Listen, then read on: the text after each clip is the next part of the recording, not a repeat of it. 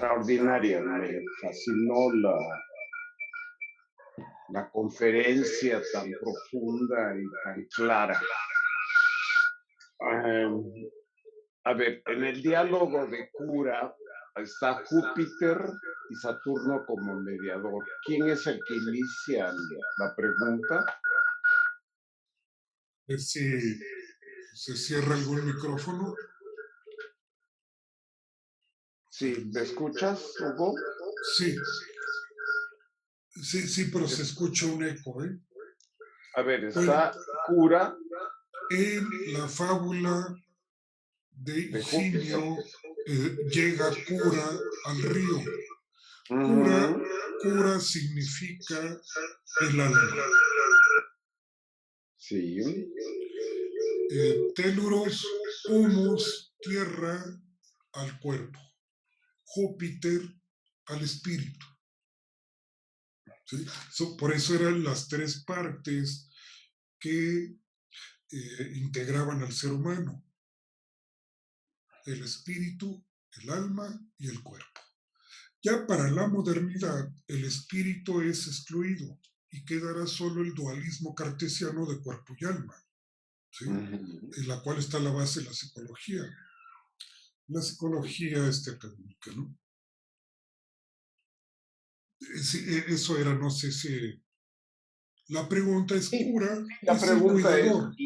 y está en la fábula porque en algún momento la utilicé para colocar lo que íbamos a trabajar como en un plan de tratamiento psicoanalítico, Sí. que teníamos que tener a Cura presente, que eran las partes terrenales y las partes espirituales, y entendiendo en ese momento lo espiritual como lo inconsciente, ¿no? Ajá. La verdad más Pues, allá del instinto. pues más allá, tal vez como un inconsciente colectivo, también como lo plantea Jung, que es muy interesante. Sí. Sí. Y está este diálogo de Júpiter que lo perdí.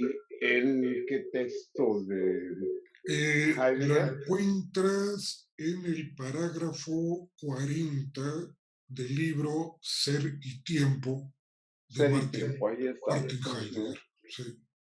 ujú. Ahí viene referido por él.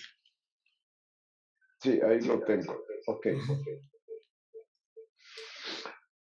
Eh, Me llama la atención que dentro de la situación bíblica del inicio de la creación, aparece, diríamos, la especie en ese momento como el dominante de todos los habitantes de la Tierra, que eso creo que como ideología ha dado las consecuencias de la destrucción de la naturaleza, ¿no? Porque no nos sentimos parte de esa naturaleza, estamos por arriba. Entonces, siempre me ha llamado la atención que en este pronunciamiento bíblico el hombre no es natura, el hombre está más allá de ser natura. ¿Qué opinarías? Sí, precisamente el desconocimiento de la propia raíz, ¿verdad? Decir, humus, tierra, homo, hombre, Hombre, Adama, tierra, Adán, hombre. hombre. Sí, es estrecho el contacto. Y luego, rematado por una cosa importantísima en el hebreo, como dijo Gaby, que es sangre. La sangre, por supuesto, ¿verdad? Que la sangre puede contaminar a la tierra, precisamente. Por eso, la prohibición de comer la sangre en la tradición kasher hebrea, Sí. ¿sí? No se puede comer la sangre, porque es el alma, pero es la tierra, está puesto. Es muy, muy interesante. Incluso cada cultura tiene un aspecto importante, aunque todas coinciden, ¿verdad?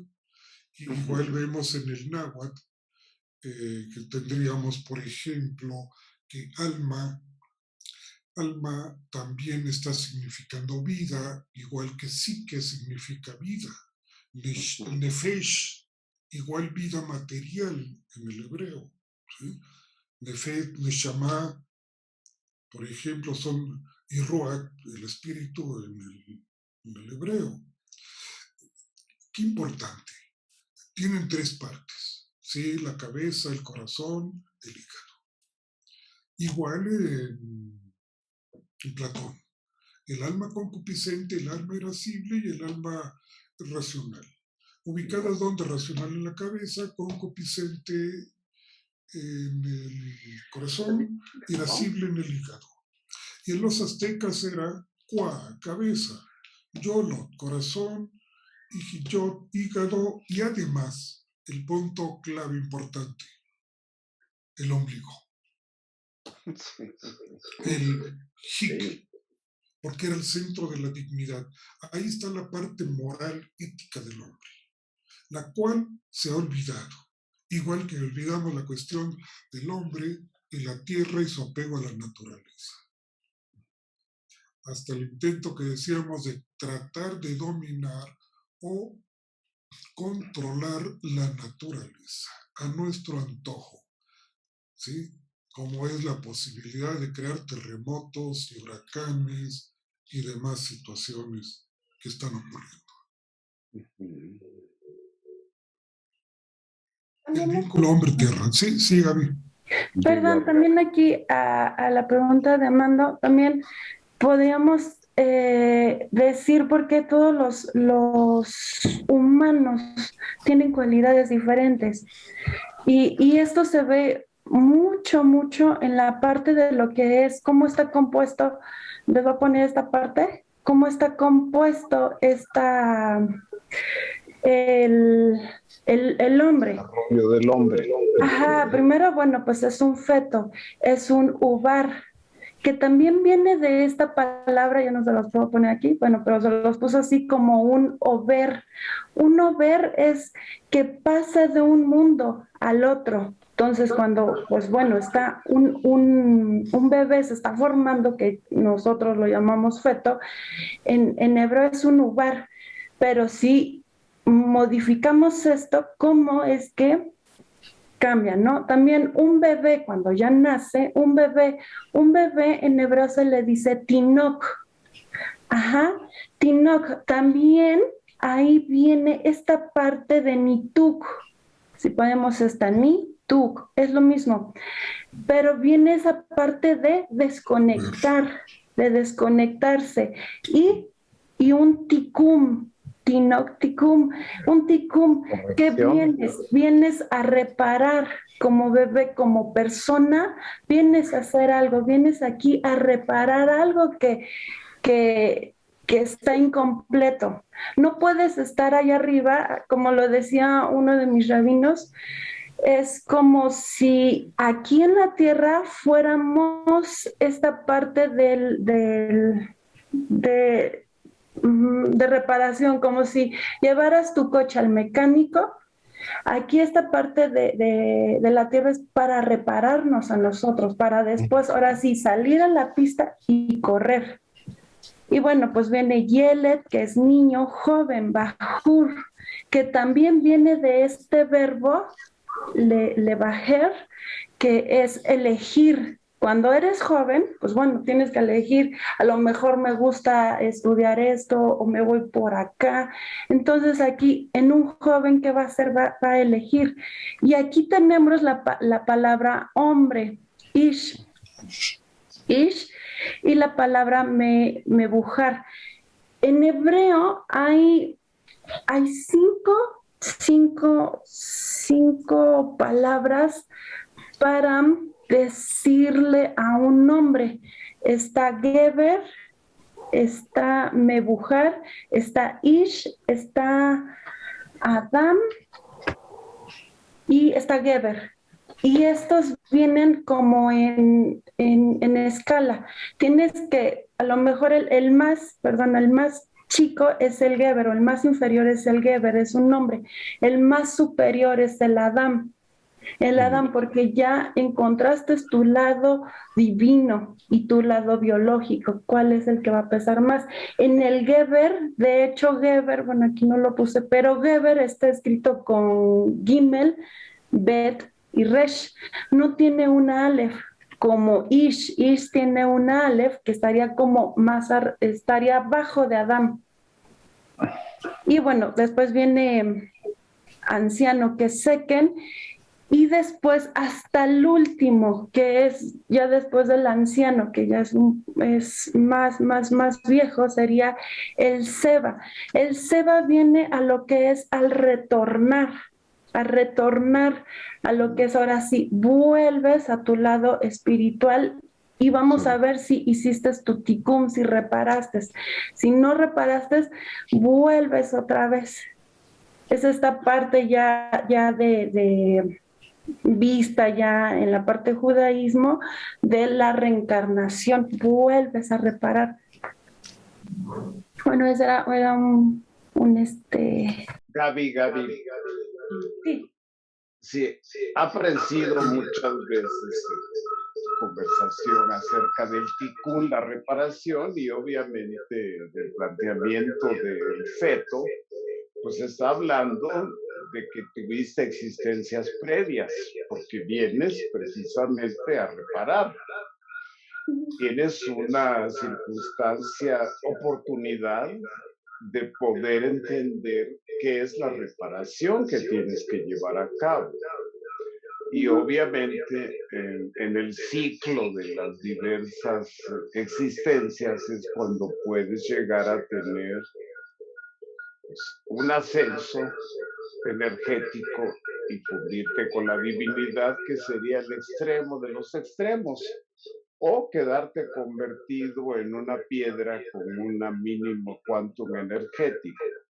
Aunque no obstante, siendo piedra que sirve para un fin reparador dentro de los humanos, se puede ascender de escala y llegar a volver a ser humano, ¿no?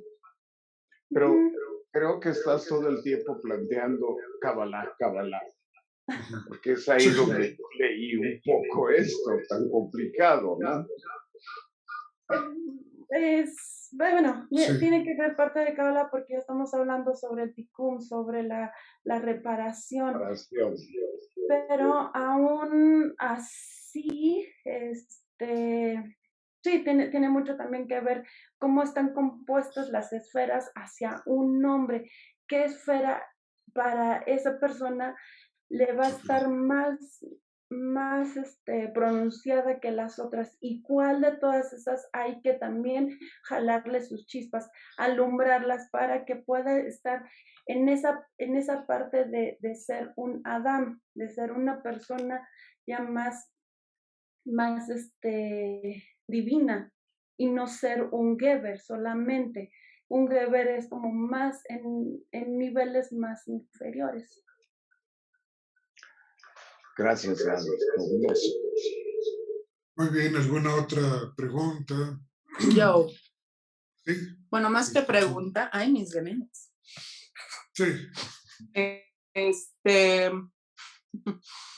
Bueno, creo que un poco entrando en toda esta cosa de la estética, que bueno, aquí ya sí, ya me toca cañón, ¿no? Como actriz, pues. Bien. ¿No? Bueno, por ejemplo, de repente, y yo lo entiendo, pues, o sea, yo lo puedo entender desde el punto de vista desde que un filósofo, y porque hay como toda una discusión, además, dentro del mismo arte, de qué es arte, y etcétera, etcétera, de que se ponía el ejemplo de la estatua, ¿no? Que me parece interesante porque finalmente la estatua es, o sea, la escultura no deja de ser esta cosa tridimensional, ¿no? Obviamente para que logre ser esta cosa que profundamente toque, híjole, sí tienen que ser una especie de artistas, en el caso del arte de plástico, bastante sobresalientes, ¿no? Yo diría la representación, a mí la representación me parece todavía más compleja, más completa, etcétera, etcétera, pero eso evidentemente es mi sesgo, ¿no? Pero... Importa que lo digas, Joana, Sí. importa que nos plantees tu Sí. visión, actriz de Claro, lo que teatro. pasa es que a mí me parece que la representación en sí, por ejemplo, el teatro, ¿no? El teatro, digamos que como es este gestador de toda la representación, ¿no? Junto con la danza, pero sobre todo es más complejo y más complejo en el sentido en que da la palabra, ¿no? Digamos que la danza un poco todavía se queda más pegado hacia la abstracción de la música, en donde también la música yo evidentemente la respeto mucho porque creo que funciona a un nivel totalmente inconsciente, funciona a un nivel vibratorio del ser humano, de cómo lo recibe y las cosas, o sea, si nuestros, que bueno, ya ahorita ya está comprobado, ¿no? Si ya llegamos al quark y del quark ya llegamos a estas ondas vibratorias de las que estamos formadas, pues la música se conectaría totalmente dentro de esa teoría de cuerdas y demás, ¿no? Pero bueno. Y por eso creo que por eso es tan universal y por eso creo que la música en ese sentido puede hacer que un grupo de personas entre muy rápido en cierto trance o en cierto pensamiento o en cierta emoción o en cierto sentimiento sin tener que explicarlo tal cual, ¿no? Ahora, en cuanto a la representación, yo ya hablo ahí desde la representación. Por ejemplo, a mí me llama la atención porque la ética, ahorita es cierto, ¿no? O sea, más bien como que los filósofos posmodernos y demás ya lo empiezan a llevar más hacia el lado hedónico, ¿no?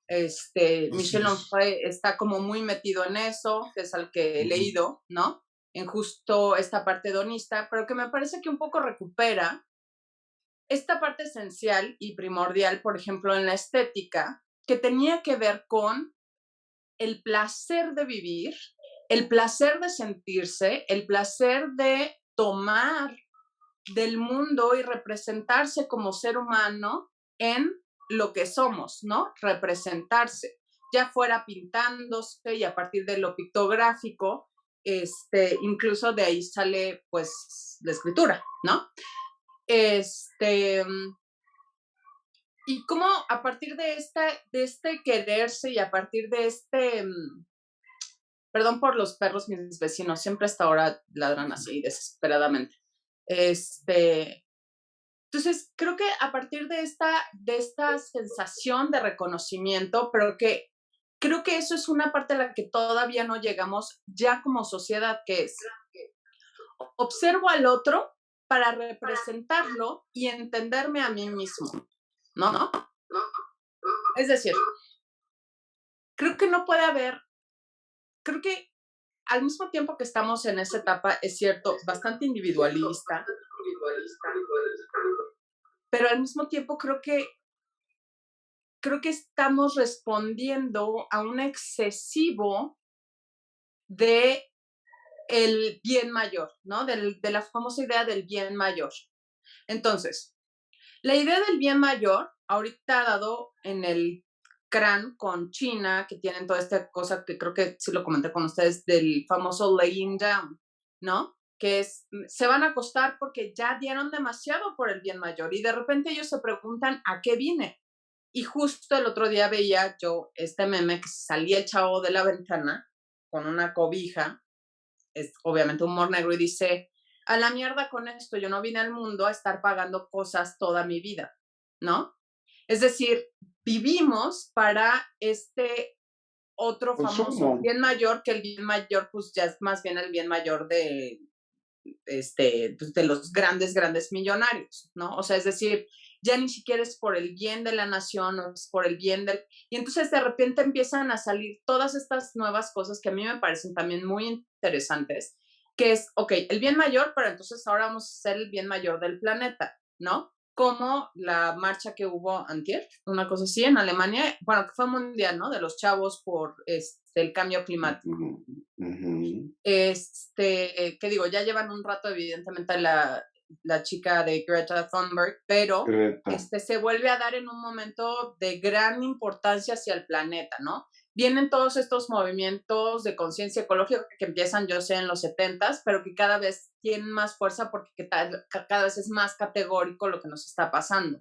Pero al mismo tiempo hay que ver para uno mismo, porque uno se tiene que reconocer en uno y uno tiene que encontrar uno su centro y ver qué es lo que está pasando con uno para ver en dónde se pone, porque si no, entonces nada más es, pues participo de esto porque es la moda, y entonces si es la moda, entonces lo dejo rápidamente.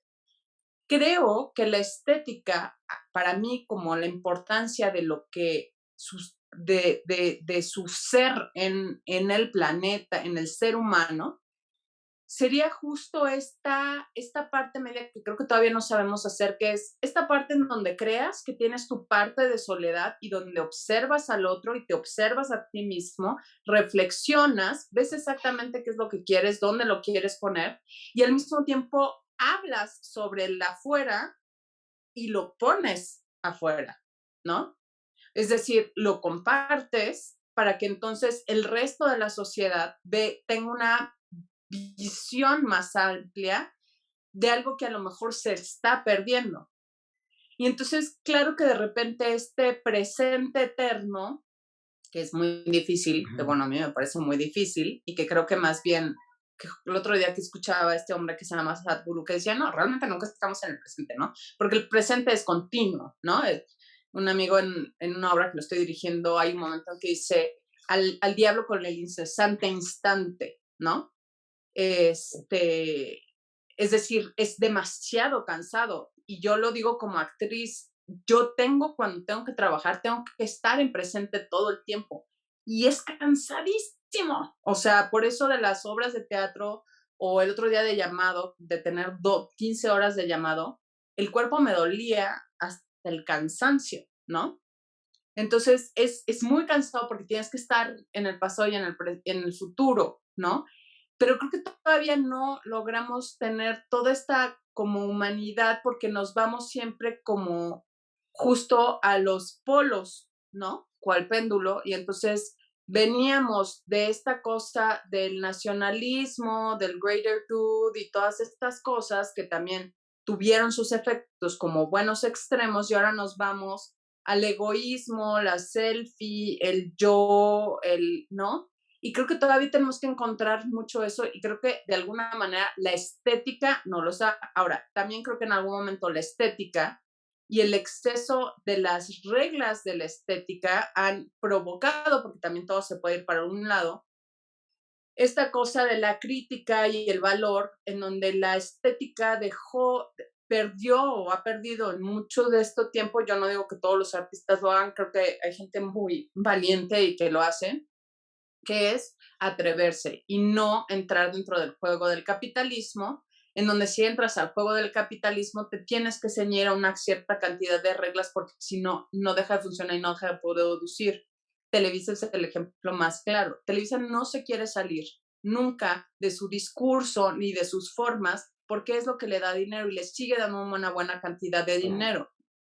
Pero es incapaz de ver hacia el futuro y es incapaz de atreverse un poco más dentro de la gente que trabaja ahí, ¿no?